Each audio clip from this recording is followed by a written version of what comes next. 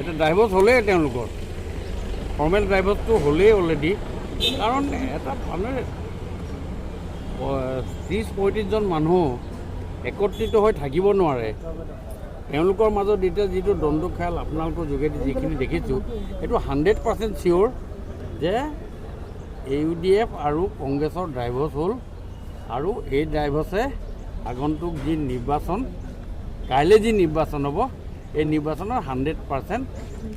আমি ভাৰতীয় জনতা পাৰ্টিৰ কেণ্ডিডেটজন ক্ৰছ ভোটিং হ'ব নেকি তাৰপৰা সিফালৰ পৰা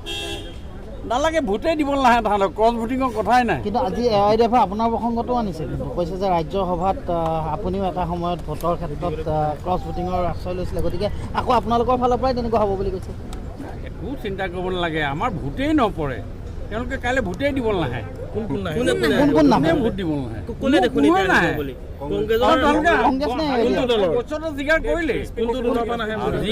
আজি ৰিপন বৰা ডাঙৰীয়াই কৈছে মই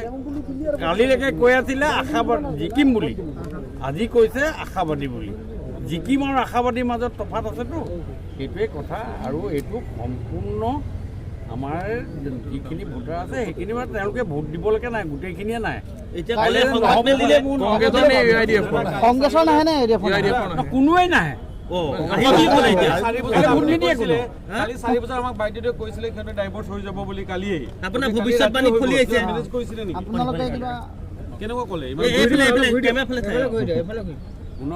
ড্ৰাইভাৰ্ছটোতো মই আজি নহয় পৰহিয়ে কৈছিলোঁ যে 31 তাৰিখে হ'ব বুলি